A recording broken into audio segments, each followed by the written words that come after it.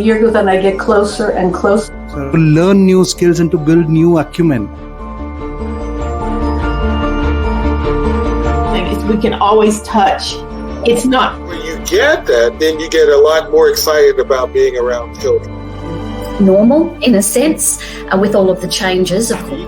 Or how you can transform your own business. On developing the whole child, socially, emotionally. Traditional route of teaching young boys how to set boundaries, because this little victim here needs to know how to. Doing very well, so they use that term. Sometimes expanded them to go up to 40 minutes. All of those things in education, of course, those things are important. Student is going to our heads and our lungs. The affirmations in the mirror for about 2 minutes. What did you do in order to get yourself going? This is amazing. It happens, what seems to happen quite a bit in our school. For the families to come, and they is that really for the child, or is it for us, for the parent? And doing new things for our brain. Who's orchestrating everything in this universe? Which parts of the brain are used? Based on that map that we have. See you with your smiling face. Atul, thank you very much for allowing me to join you. Namaste to you, my friends.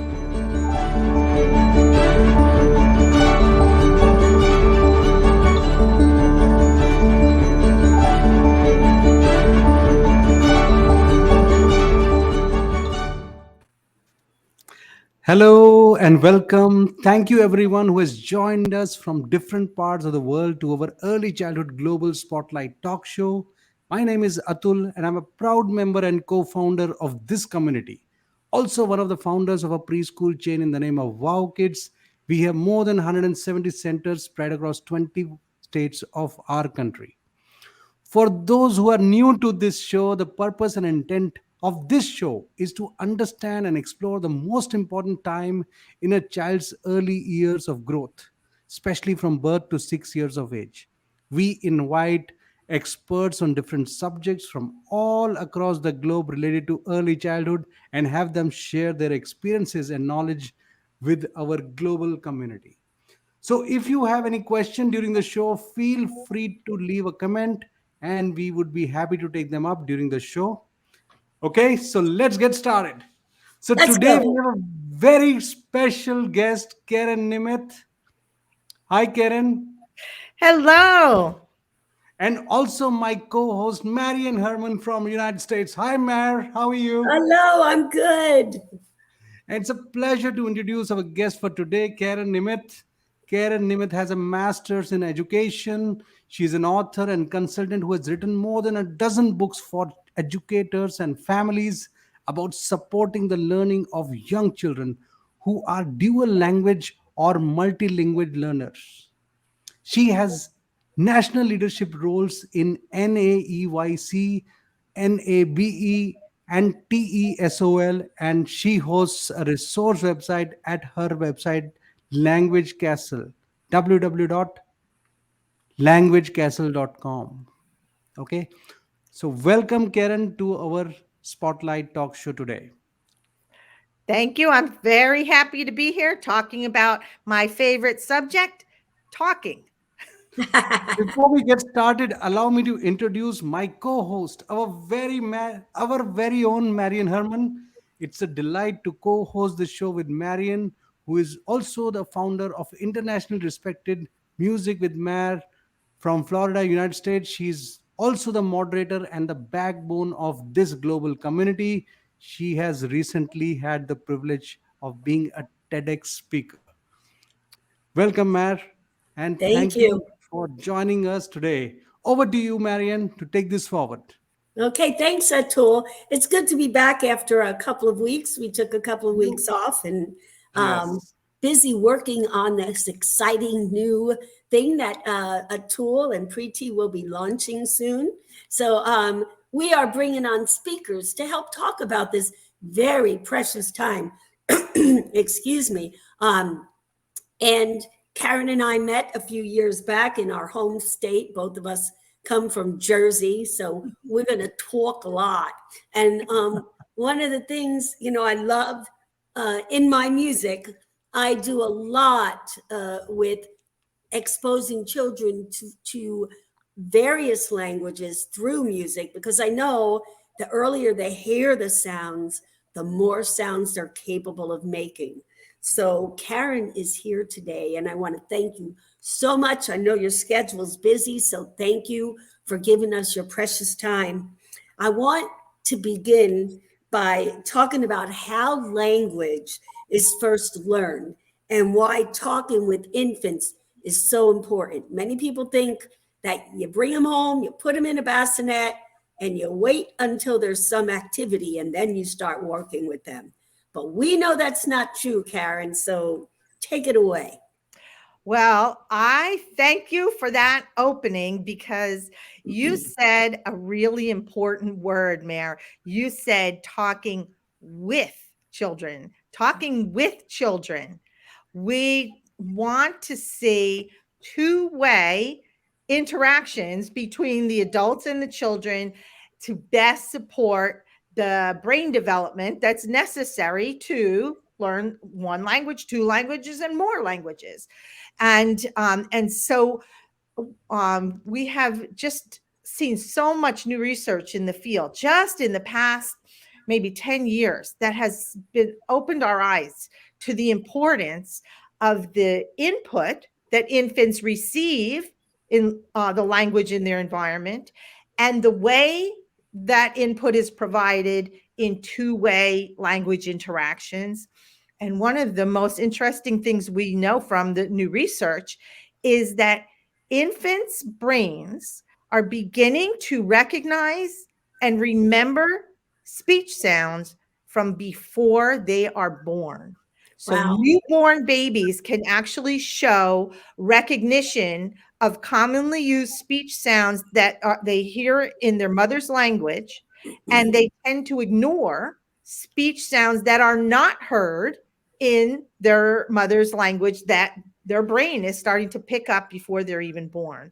So the human brain is born ready to develop language, and everything that comes to that baby's brain starts to stimulate that collection and construction process so that they are language developers from before they're born. So wonderful. When we say, sorry, go ahead. Carry on. When we say talking with, so even when a woman is pregnant, she can sit. You don't need to put those headphones on the belly. So you might want to mention that. But what she's saying, the fetus can hear it. Right. About 4 months is what I was taught. Yes, 4 or 5 months. Yes, definitely. In the last trimester of pregnancy, the brain is starting to pick up auditory signals, detect patterns, and recall those patterns. So, and those speech sounds, of course, are the building blocks of language. But a lot of other research has helped us to understand what are the actions that make that language grow and develop in the infant's life. And we now know that infants develop language best when it comes from a responsive two-way interaction. So there's research to show that when you play a video or an audio recording for a young infant, they learn almost nothing because that's passive learning. But when you have that back and forth interaction, where the adult and the child are responding to each other, and the baby makes a sound and the parent says a word, and then the baby tries to imitate the word back and forth, that responsive interaction is what makes language develop. And they actually have research where they put sensor caps on the baby's head and detect where is the activity in the brain during these interactions. And we can see that learning language involves more than just words, but also the responsiveness and the interactions that make the child start to put that language picture together. Atul, did you want to add to that or have a question? Yes. So this interaction is also called serve and return, I That's guess. right. Yes. So the baby serves and you return, and you serve and the baby tries to return. Right. And the baby may return in the form of coos and babbling. Yes. That's how they return whatever you serve, maybe what in terms of any kind of stimulation. So it is a myth that a lot of people think that babies don't learn anything. They are just helpless human beings lying on the bed, and they just sleep and they get up, they eat, sleep, and they do nothing. So that's a myth. A lot of parents need to really engage with their babies in a meaningful way. And reading is something which is very, very important. Reading and talking and singing. Read, sing, and talk, which is what Marian and Sally have been telling in the last several months. So that's a That's right. very powerful thing. Yes. And we have a Yes, lot of Karen. research to support that. Yes. But one of the interesting things that happens in those early months, in the first few months, when you start to see that serve and return, it's amazing that when you watch a baby, maybe 3 months old, 4 months old baby, that they will be quiet when the adult is talking. And then when the adult pauses, the baby will make the sounds, and then they'll be Yes. quiet and wait for the adult. So it's in addition to making sounds, they understand the conversation that it involves two people. We don't just blather on to each other all the Absolutely. time. Sometimes we listen and sometimes we talk. Babies understand that too. And that's how you know their brain is actually constructing language. So what we wanted to say about the way you just framed that, Atul, is that I like to describe it as if language was like a car, the adult is not the driver of the car. The baby is the driver of the car.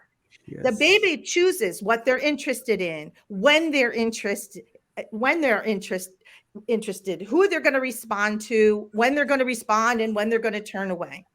So the baby is the driver of the car. The baby constructs their own development of language, like a little construction project. But the adult provides the engine that drives the language forward, right? So if you have a car and a driver, but the engine is missing, will that car go anywhere? No. You need the driver and the engine together, working together to make that car go forward. And then the words in the environment are like the fuel.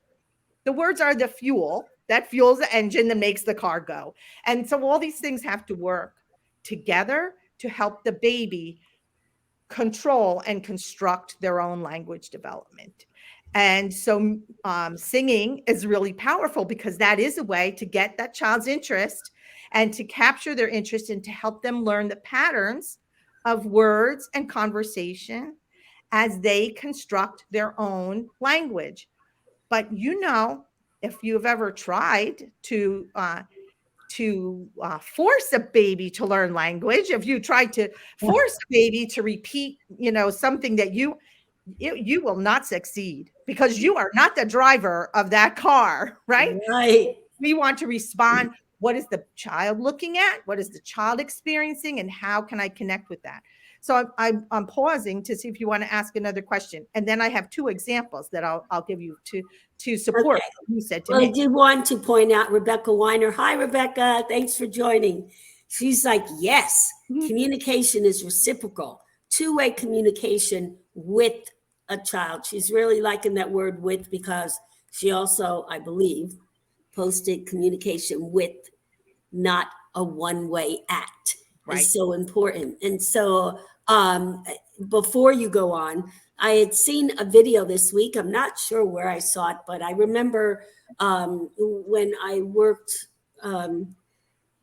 oh goodness, I'm forgetting her name now, but The Mind in the Making, Ellen Galinsky. That's right. And she showed these videos, but there's a video of where the mom and the baby are talking with each other. Right. And then the mom turns her back.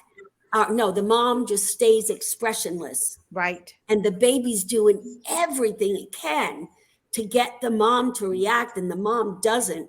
And you could see in the mom's eyes that this is painful for her. Very difficult. Right? It is. But they're trying to prove a point. And Yeah. as soon as the mom reciprocates, the baby just feels so much better. So we are affecting emotions as well. And we are starting to get the understanding of mirror neurons, which people think understanding emotions and combined with language is a skill for a much older child. But it begins here, this development of the frontal lobe and the understanding of facial expressions to pair with the language. Right. It's so very important. So you said you had 2 other points, and I hope I didn't talk so long that you forgot. No, I didn't forget.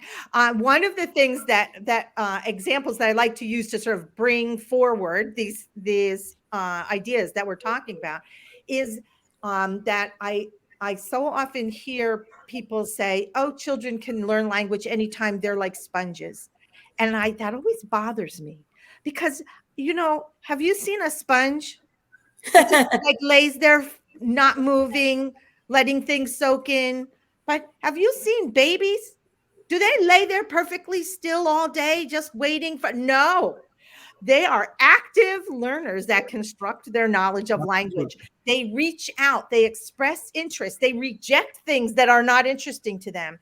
So we don't just want language to wash over them. We want language to be meaningful. So when you hear someone say, "Oh, babies are like sponges," you have to argue with them. You have to disagree and say, what if we think of them as being more active and more proactive and more engaged than just a sponge? So that's one point I wanted to make. But the other point I wanted to go back to that Tu said earlier was this idea of reading stories to infants and toddlers. And I think this is always such an interesting conversation to have with parents, because experts often say, "Oh, it's a good idea to read with babies to introduce and strengthen and expand language." But I've worked with a lot of babies. I know it's not always easy. But we don't mean that you should sit down with the book and start with the first word and require that we read every word all the way through, right? When you pick up a simple book, you can read by talking about the pictures. And maybe that child's only interested in one picture, but look how much. Absolutely. Right? You can talk about in each one of these pictures. "Oh, that boy's wearing a hat. What kind of hat is that? Do you have a hat? Let's see my hat." And who's got the hat now? Oh, I'm pointing the wrong way. Who's got the hat? Look, that puppy has the hat. What's that puppy going to do with that hat?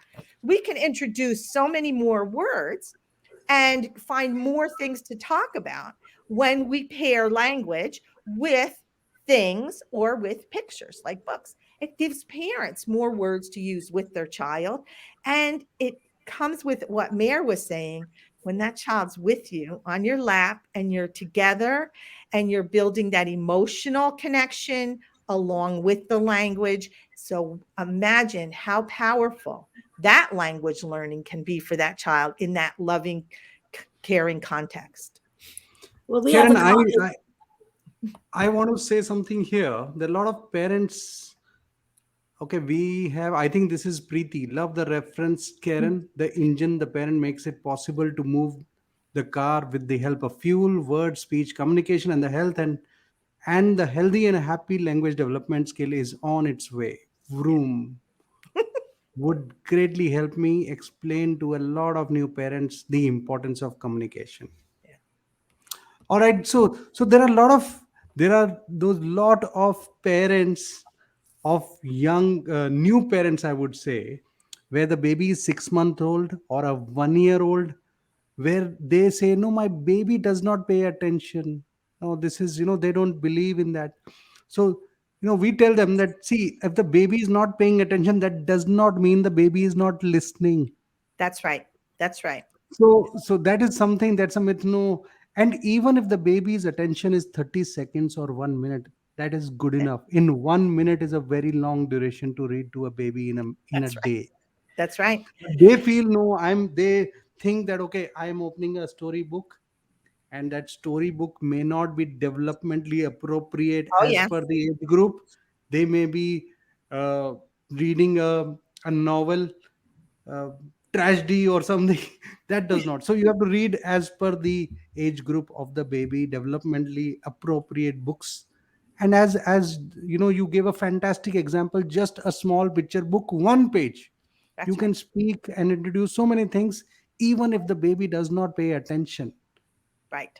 That's But fine. The I baby is want, listening. Yeah, yeah. Tell me. I want to add a tip, like a secret trick that captures what you're saying. If you introduce something that is not interesting to the baby, or if parents say, "Oh, my baby is not interested," you know what the trick is? Follow the child's lead. Don't try to get the child interested in your talk. Talk about what the child is interested in. So if I hold up this book, right, but the baby is reaching for my tea, then I'm going to put the book down and I'm going to talk about my tea. And if you're talking to the baby about a toy, but the baby is looking out the window, then change your mind and talk about what they see out the window. Follow the reference of the child, and you will be able to capture that teachable moment, even if that child is 6 months, 8 months, 10 months, well before they talk. And I have another secret trick that I'm going to tell you in a minute, but I'm holding back to see if you have any other questions right now. Well, what I do want to make sure that we touch on, and this is why I did not put together a lot of questions, because I knew that there was so much, well, we talk and talk, how much you would be able to elaborate on just the couple of points I threw out there to you. And the one that I want to make sure we do incorporate into maybe what you're already talking about is that people used to believe that it was confusing if a child heard more than one language at the same time. And we now know what I've read, probably some of it from you, is that the brain processes its primary language in a different area than it processes other languages, and it knows what accent to put with what language. It's amazing. So please reassure that if you're in India and you speak Hindi, but you want your child to know English, you could teach them both at the same time and start as soon as they get home from the hospital.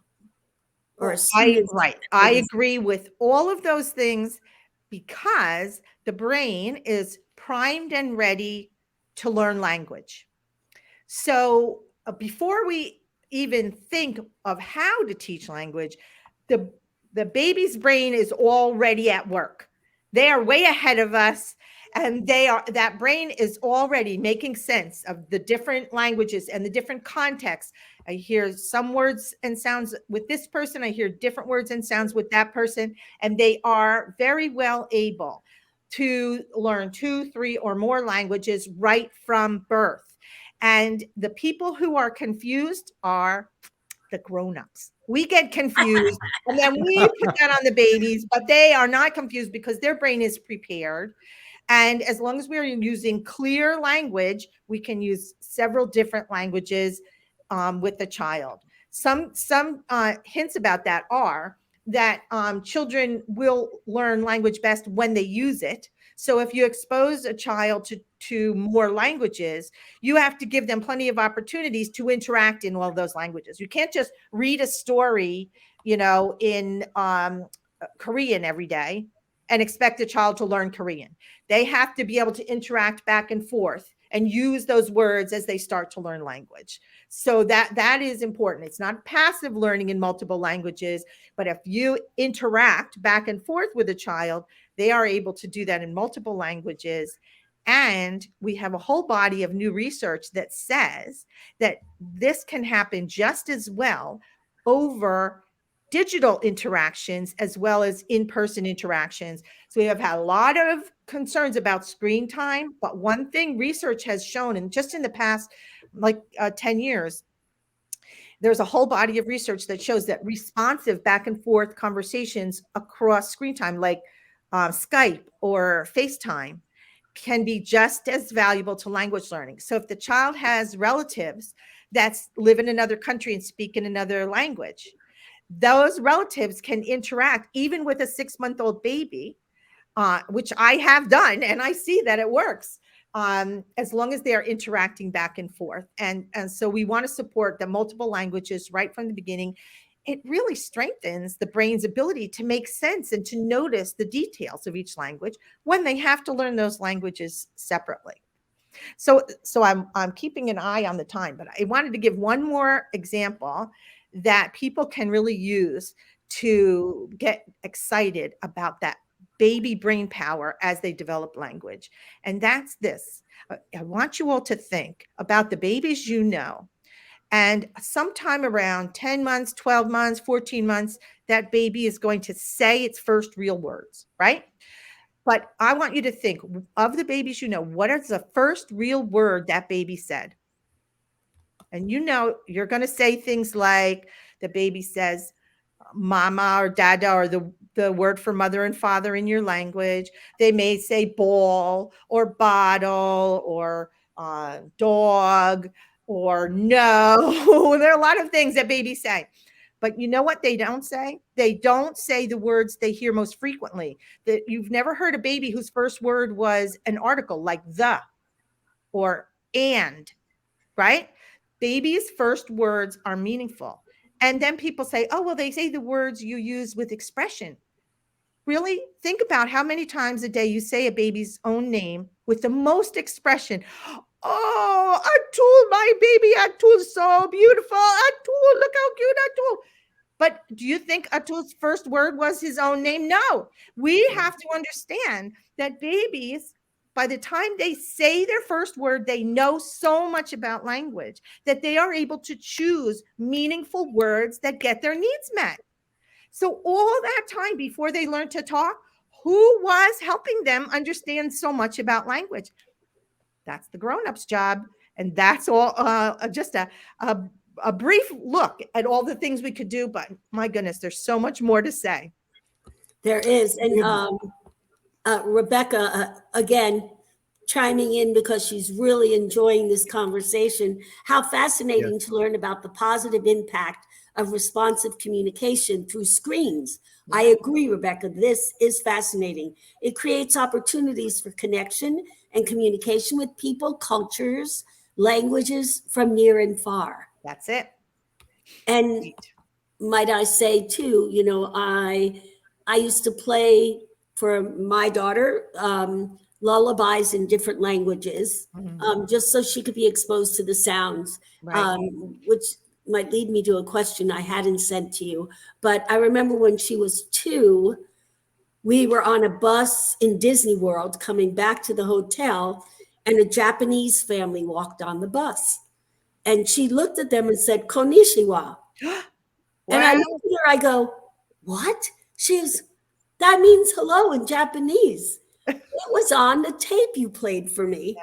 Yeah. I was like, whoa, this stuff works. Yeah. You know, so children will take the knowledge and apply it. Now, that's right. She was a little bit over 2 by then, but I'd been playing those tapes when she was little.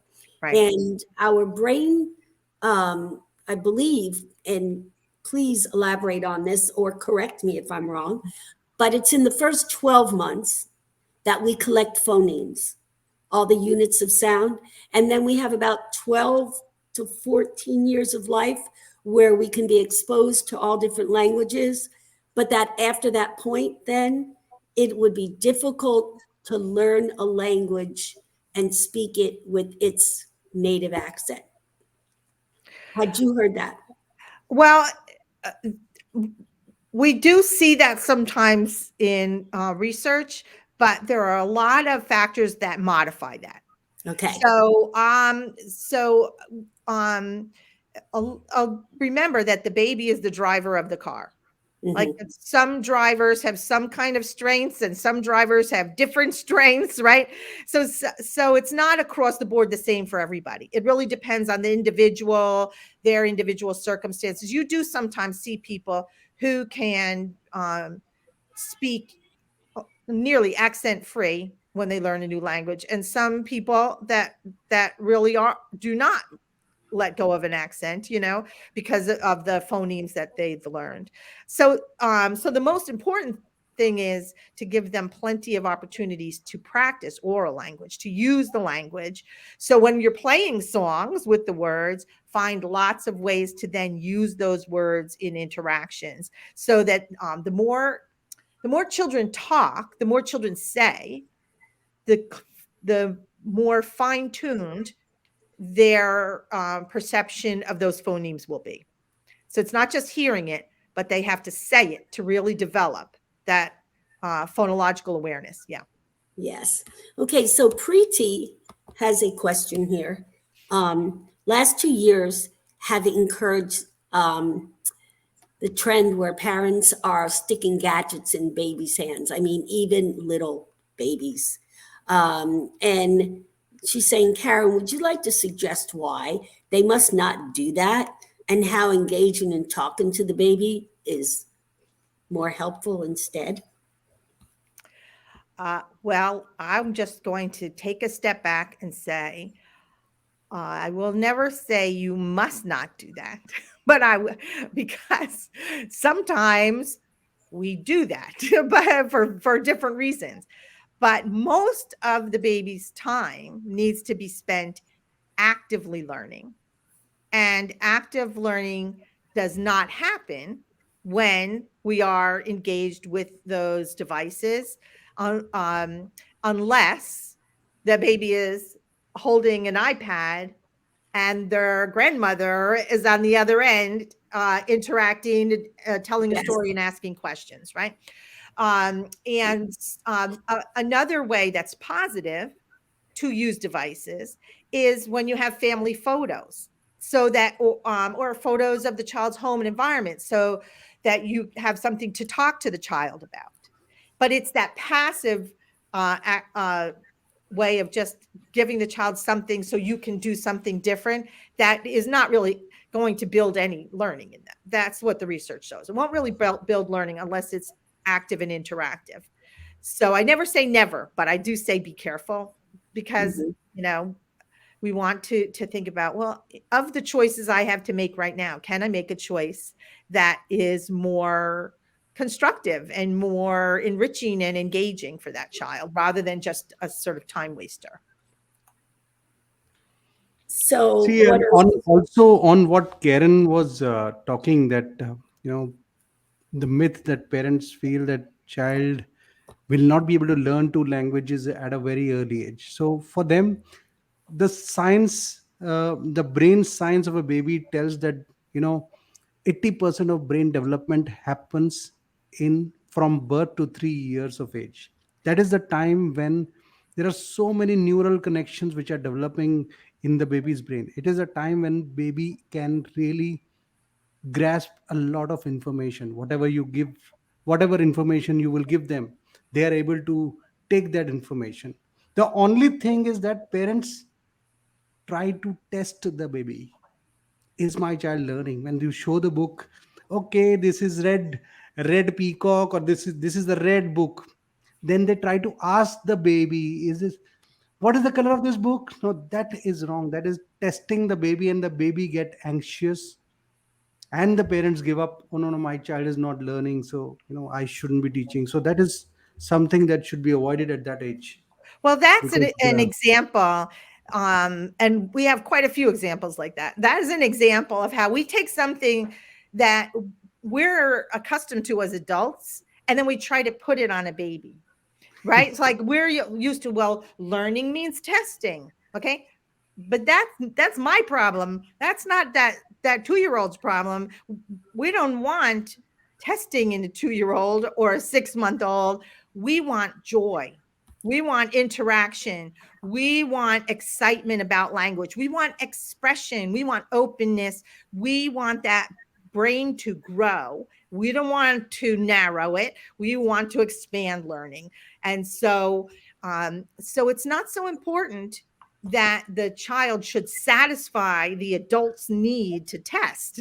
That's not the child's job. The child's job is to just have a great time learning all these great things that are happening all around them. And our job is to just make it possible, like the engine of that car.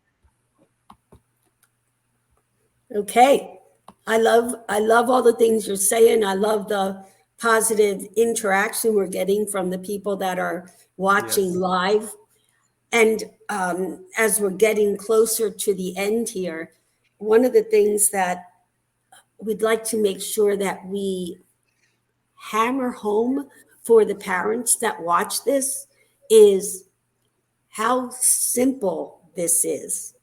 Parents get this mindset that unless I buy something or unless I work real hard at something, the child really isn't learning anything. But the child is learning, like, when you mix things together. I have a song where, I have the baby on the floor and have a video showing it where you're just bending the legs. And while you're bending them, you're singing to the baby what you're doing. Pump, pump, pump, pump, pump your legs. Repeating the word of what you're doing. Pump, pump, pump. You're not saying, okay, we're working on the letter P. No, baby could care less. Baby's probably thinking, oh yeah, P, I got to do that. Pump, and you're smiling at them. And there is so much that is happening from this activity. It cost you no money. You didn't have to go buy anything. You didn't need any props. You just used the baby and you. Right. You. And that's all the baby needs. So please help us make this point stick, because so many parents will hear this and still think, well, what book do I need to go buy? And what toy do I need to get? What props do I need? They don't. They don't. Well, I disagree with you, Marianne. Well, I know they need some, but I'm going to argue with you, because those babies do need props, and I'm going to tell you what props they need. They need the pots and pans in the kitchen. Yes. They need the water in the bath. They need the wooden spoons and stirring spoons that make music that we can talk about. They need the dirt in the garden. They need different kinds of fabrics in the clothes that we wear. Yes. Those are our props. I agree. Right? I know you would agree. I agree. Anything and everything that can stimulate. So they need anything and everything that can stimulate their 5 senses. Yes, and talk about them. That's absolutely right. And people, and unfortunately, a lot of parents think it is all about buying expensive toys. And let me tell you, they realize it within 5 minutes that the baby will throw the toy away. Maybe my babies, when they were small, I'm thankfully blessed with twins, a baby boy and baby girl. Now, when they were small, we used to give them a lot of toys, and eventually realized that within 5 minutes, they used to throw them from the balcony, down. Every time we used to give them a toy, they used to play for 5 minutes and throw them. Yeah. Eventually, we realized that, they were looking for some kind of mental stimulation. They wanted us to engage with them in a meaningful way and, play with them and do certain activities. That's right. So that do you was know very what important. my mother used to say to me? You should not have toys that do the playing for you. Yo, yes. Right? Yes. Because my mother was an early childhood educator, and she would not buy me the toys that did the singing or did the actions or the beeping. And I played with real kitchen things and real art things and real music things. And so that's how children learn to use language in the most imaginative and creative ways. That's how we're building not just their words, but their thinking power. When they are doing the playing, when they're driving that development, and they're focusing on their interests, they are in control of learning. And we must always think of children from the birth onward, that they are constructive, active learners, and they make learning happen by exploring, discovering, and interacting, right? Right. And what Preeti wrote about what an amazing, meaningful, and exciting argument. Well, we arguing, that's just Jersey people talk. That's right. That's just how we talk to each other. That's how we talk. But what you say about like the bathtub, the point I think that we both agree on there all over is that it wasn't about the things you could go out and buy, although there are good toys out there and children should have some. But in those first few months, that environment, like, yeah, of course, I have a song about in the bathtub. Sure. And in the lyrics, it tells you to slap the water with your hand, right? Drop your toys. And I sing about it.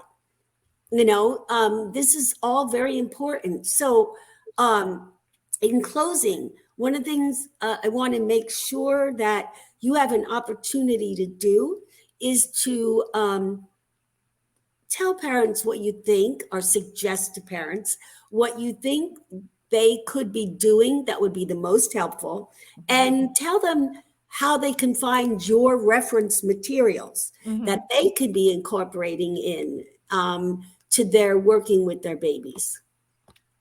Okay, well, thank you for asking. And I do provide a lot of information on my website, languagecastle.com. Has a lot of blog posts and links to articles and references and videos that people can watch. And they could also stay in touch with me via Facebook or my email that's on the website, so they can ask me specific questions.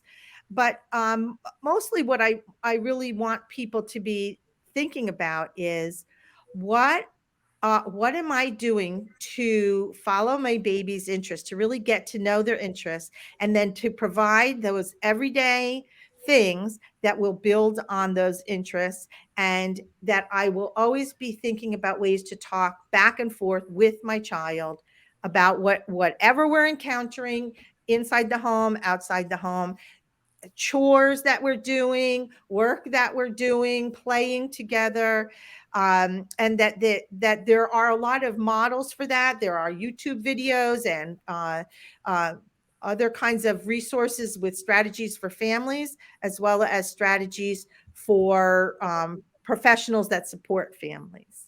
So, but all those things can be found with links on my website, because that's what I use it for, to collect that stuff in one place and make it easier for you.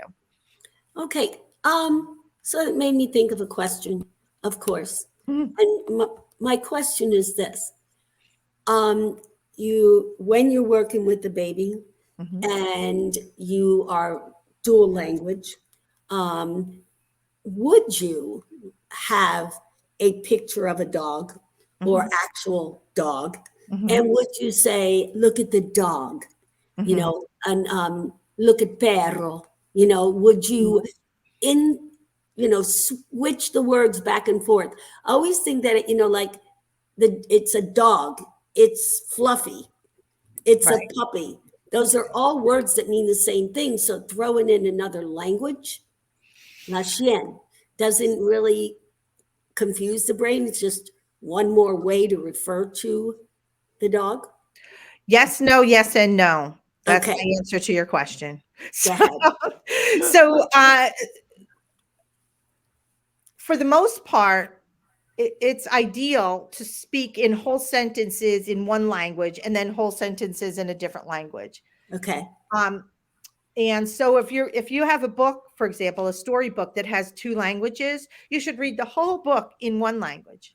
Okay. And then read it a different time in the whole book in the other language, and not go back and forth, because that makes it hard to follow the flow of the story or the flow of the sentence.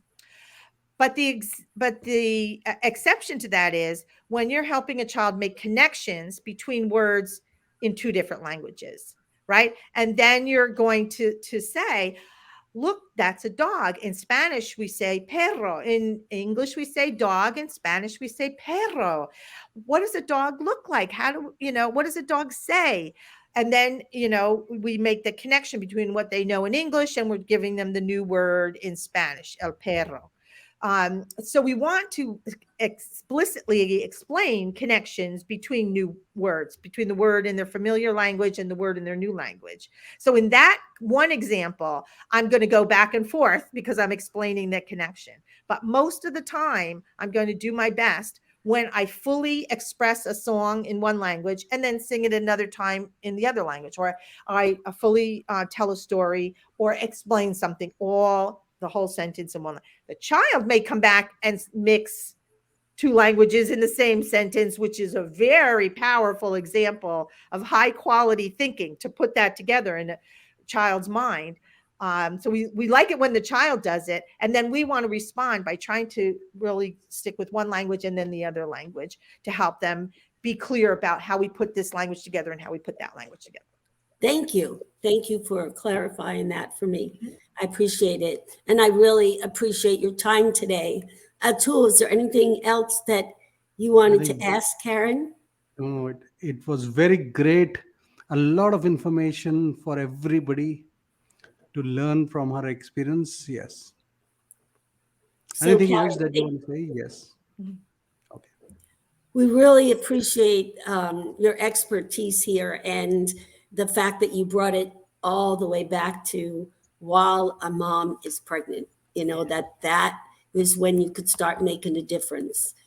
Rebecca's telling you, thank you so much. That was brilliant. I think she really enjoyed this talk, and you might want to connect with Rebecca in the group. She's a wonderful therapist, works with families. Anyway, I really appreciate you coming on. I love what you do. I enjoy when I get to work with you. And I hope now that things are starting to go back to normal, we might actually get to hug each other. I will hope for that. And I really appreciate that, have the opportunity to have this conversation, because it's always exciting to talk about language and babies.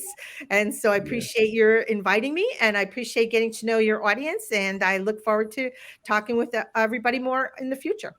Okay, just hang tight for a minute while we play our goodbye video. And who knows, Atul might think of other questions we didn't get to ask and want you to come back because he kind of looked intrigued. Yes. So there's a lot more, but for the next time, I'm sure.